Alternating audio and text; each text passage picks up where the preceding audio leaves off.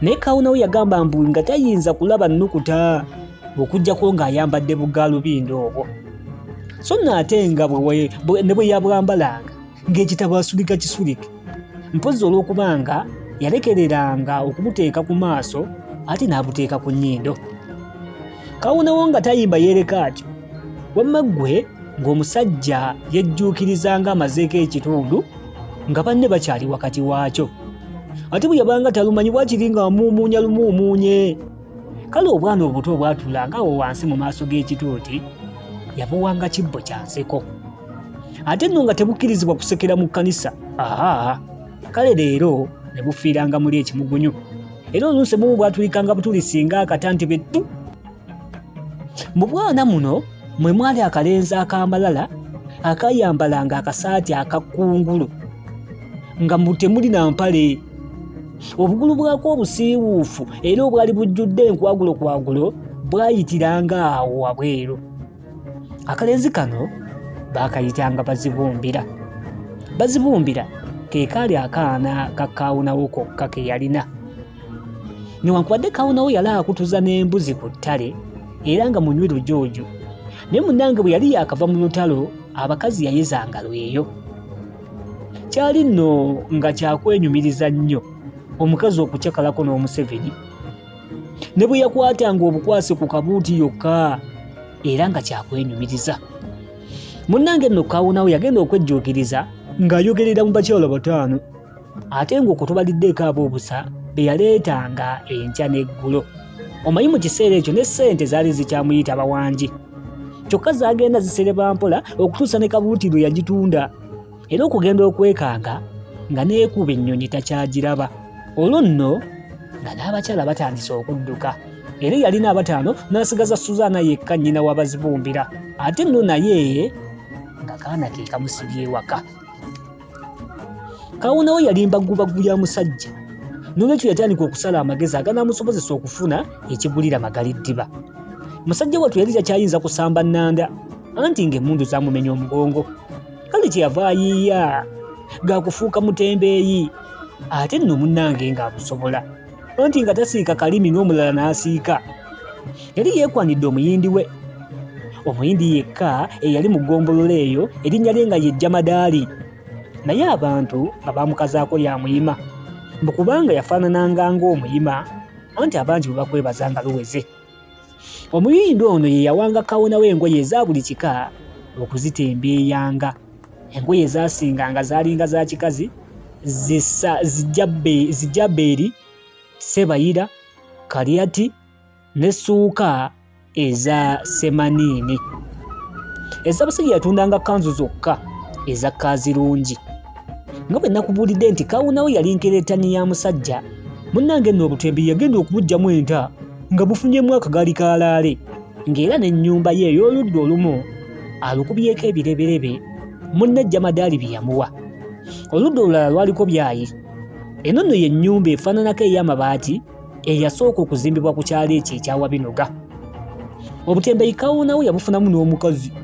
Omukazi ono Dina yali nakyeyombekedde ku kyalo ky'Abamafumbe e Bulamba. Kasooka nga balugera nti abalamba tebalamba miti, munnange ku luno lwatuukirira mbwa nti Dina ng'atwala balamu era ng'abantu b'oku kyalo ekyo baamukazaako lyakalogo kalenzi, kyokka ng'abaana abato bo bamuyita mukokota mbwa nti nga tatta nswa bitooke bye bigwa.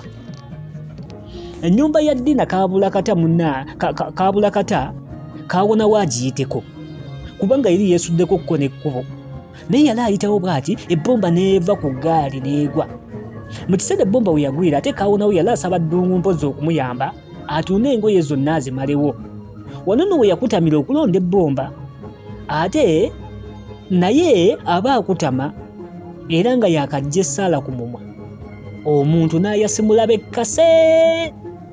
Munnange Kawunawo yazisoma ziva mu makkati nti omwasi nga gunsanze mu maaso, nkome wano nzireyo, Katonda wattu y'ano oyo eyeeyasimuzza bw'atyo.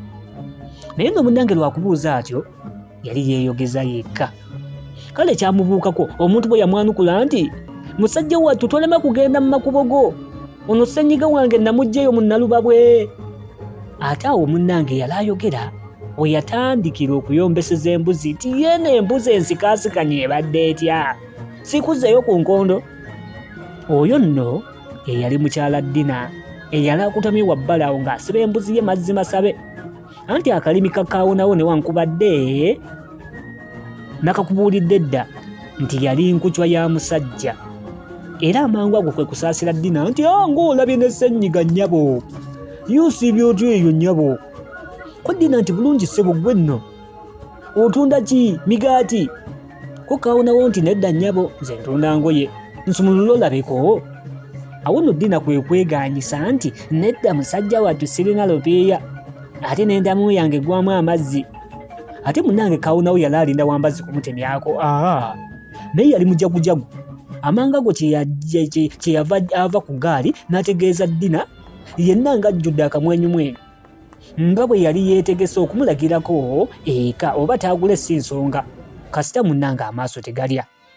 Dina naye yali ng'abuguumiridde kwe kukkiriza nti kale obanga kafumita bagenge tafumita emipiira gya gaaliyo, kale mala galeeta. Obutakumenyera kawonvu na kagga bwe baatuuka eka Dina munnange yasimba nnyo engoye za kaawonawo, era yatuuka ne ku kugula kwennyini. Kale Kaliati gye yalonda yali ya lupiiya 3, naye ye yalinawo 2 zokka. Ng'eno ali mu kwekerebenda okunoonya Kaliati, munnange kaawonawo yali asitamye ku kibbo kya gonja omwengevu eyali asuze mu ntamu. Anti naawe omutume omumanyi. Amala kulya n'alyoka agenda. Naye abaalugera nti omukadde akwatira ku mmere ye baalutuusa, kubanga mu kiseera kino kaawonawo yali takyayinza butaguza Dina Kaliati ne bw'atandibadde na ssente n'emu. Era munnange ng'amaze okwepakira emigonja nga giigyo, omwami yasaba olwendo lw'amazzi, ne Dina teyali mubi, yanoonyeza ddala olwendo olusaana ab'ekitiibwa nga kaawonawo. Era yalabira awo ng'akendo akasinga okuwunya omukka ke yamuteeramu n'asena bulungi amazzi n'agasaanikirako ku bumwa bwako n'omukko gw'olulagala, n'ajja n'afukamira bulungi mu maaso ga kaawonawo, n'amukwasa akendo era n'afukamirira ddala awo okutuusa omwami lwe yamala okunywa amazzi.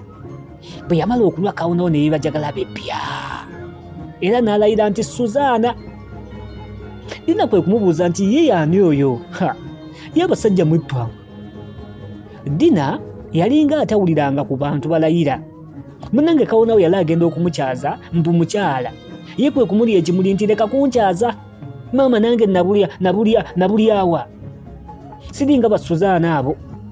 Naye nno kaawonawo si yali omusajja anyigirwa mu ttooke. Okyeva agamba Dina nti nze mbadde ngamba nti Kaliati njikuguze lupiiya, oba tozirina kaloli zimpululala nga mpiseewo wano.